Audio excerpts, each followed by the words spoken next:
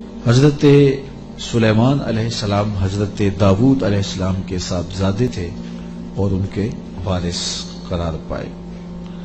وَلَقَدْ آتَيْنَا دَاوُودَ وَسُلَيْمَانَ عِلْمًا، ارشاد فرمایا ہم نے حضرت داود اور حضرت سلیمان علیہ السلام کو علم عطا کیا۔ علماء نے لکھا ہے کہ اللہ نے انہیں اختیار دیا کہ یا حکومت لے لو، یا دولت لے لو، یا علم لے لو۔ تو انہوں نے کہا مالک ہمیں علم دے دیں، تو اللہ نے دولت و حکومت اس کے صدقے سے عطا کر دی۔ تو سب سے بڑی دولت علم ہے۔ تو یہاں کہا کہ ہم نے ان کو علم کے نور سے مالا مال کیا۔ اور اگر بنظر غور مطالعہ کریں تو علم ہی شہنشاہی ہے۔ اسی زمانے میں ایک ملک کو فتح کر لیا گیا اور بادشاہ گرفتار کر کے حاضر لایا گیا، تو جو فاتح تھا اس نے مفتوح کو کہا، اس بادشاہ کو کہا کہ ہم تجھے قتل نہیں کرتے، تمہیں جان کی امان دیتے ہیں، بلکہ اس حکومت میں تجھے عہدہ دینا چاہتے ہیں، اب تم بتاؤ کہ تمہیں کون سے منصب پہ رکھا جائے۔ تو اس نے کہا مجھے معلم لگا دو، مجھے استاد لگا دو۔ تو اس بادشاہ نے ہنس کے کہا پھر بادشاہی چاہتے ہو؟ تو یہ بادشاہی ہے، یہ شہنشاہی ہے علم۔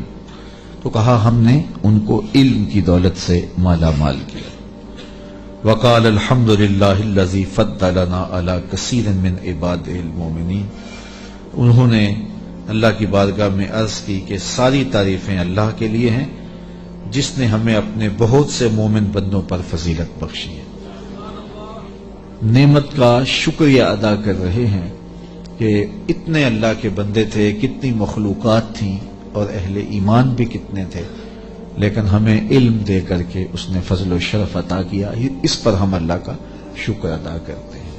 تو علم نصیب ہو جانا یہ اللہ کی بہت بڑی نعمت ہے اور اس پر شکریہ ادا کرنا چاہیے، شکریہ سے نعمت میں اضافہ ہوتا ہے۔ ووارث سلیمان و داود، اور حضرت سلیمان حضرت داود علیہ السلام کے وارث ہوئے۔ قال یا ایھا الناس علمنا منطق الطیر واوتینا من کل شیء، آپ نے کہا اے لوگو ہمیں پرندوں کی بولی سکھائی گئی ہے اور ہمیں ہر چیز عطا کی گئی ہے، بے شک یہ اللہ کا واضح فضل ہے۔ جو بھی ضروریات تھیں، تخت و تاج کے جو بھی تقاضے تھے وہ سارے کے سارے آپ کو عطا کیے گئے۔ حکومت ہے، تخت و تاج ہے، دولت ہے، فوجیں ہیں، تصرف ہے، اور غلے ہیں، جائیدادیں ہیں، زمینیں ہیں۔ کائنات کی کوئی شے ایسی نہیں ہے جس کا وافر حصہ انہیں نہ دیا گیا۔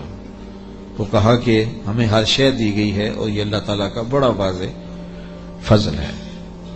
وَحُشِرَ لِسُلَيْمَانَ جُنُودُهُ مِنَ الْجِنِّ وَالْإِنسِ وَالطَّيْرِ، اور حضرت سلیمان علیہ السلام کے لیے ان کے لشکر جنوں، انسانوں اور پرندوں میں سے جمع کیے گئے تھے۔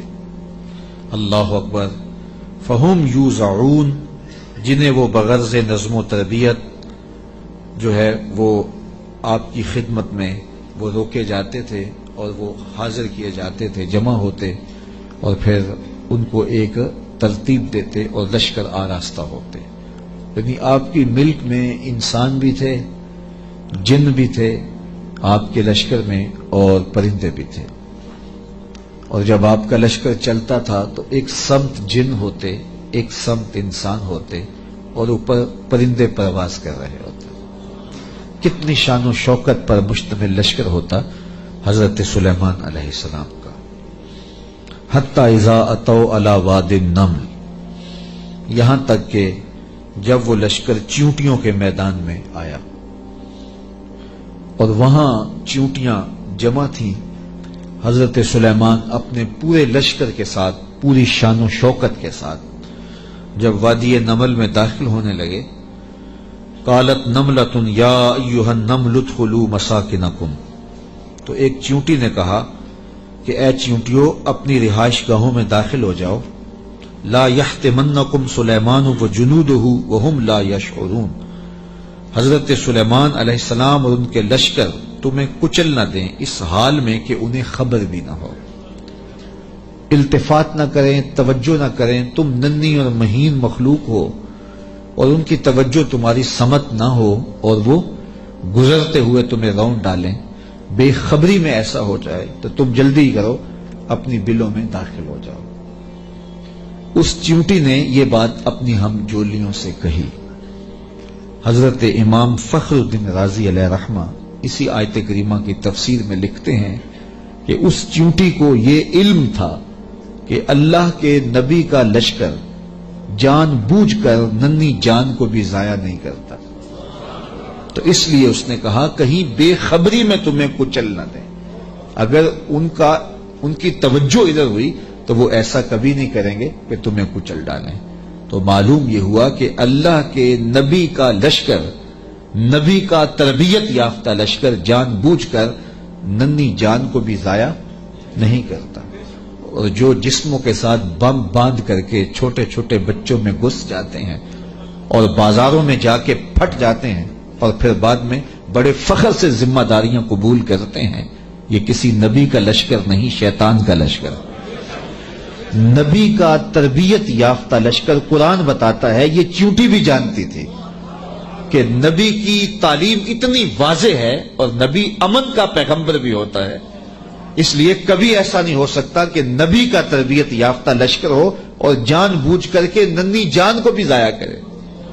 رسول کریم صلی اللہ علیہ وآلہ وسلم جب کوئی لشکر روانہ کرتے تو اسے حکم دیتے کہ بوڑھوں کو قتل نہیں کرو گے، بچوں کو قتل نہیں کرو گے، عورتوں کو قتل نہیں کرو گے، ان کے مذہبی رہنماؤں کو، پادریوں کو قتل نہیں کرو گے، ان کے عبادت خانے نہیں توڑو گے، فصلیں نہیں اجاڑو گے۔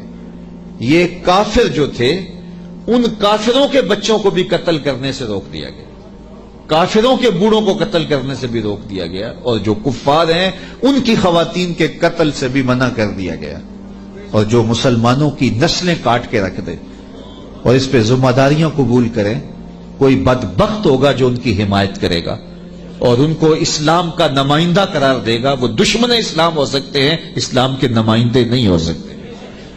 تو اس چیونٹی نے کہا کہ اپنی بلوں میں داخل ہو جاؤ، کہیں نبی کا لشکر بے خبری میں تمہیں کچل نہ دے۔ حضرت امام رازی لکھتے ہیں کہ چیونٹی کو یہ علم تھا، اس علم کی وجہ سے اس چیونٹی کو قیامت تک آنے والی چیونٹیوں کا سردار بنا دیا گیا، ملکہ بنا دی گئی قیامت تک۔ اچھا، اگر آپ کی توجہ ہو تو ذات کی چیونٹی ہے، رب نے اس کے نام کی صورت اتاری ہے۔ چیونٹی کی حیثیت کیا ہوتی ہے، لیکن وہ پیار کرنے لگی نا نبی سے، اور اس کو پتا تھا کہ نبی کی تعلیمات کیا ہوتی ہیں، تو اس تعلیم کے نتیجے میں ذات کی چیونٹی ہے، لیکن رب نے اس کے نام کی صورت اتار دی۔ تو اس چیونٹی نے کہا جلدی جلدی اپنی بلوں میں داخل ہو جاؤ، اللہ کے نبی کا لشکر کہیں تمہیں کچل نہ دے اور وہ دھیان نہ کرے، بے خبری میں کہیں ایسا نہ ہو جائے۔ اگر خبر ہوگی تو پھر کبھی ایسا نہیں ہو سکتا، کیونکہ نبی کی تربیت یہ ہے، وہ تو زندگیاں بانٹنے آیا ہے، زندگیاں چھیننے تو نہیں آیا، تو یہ ایسا نہیں ہوگا۔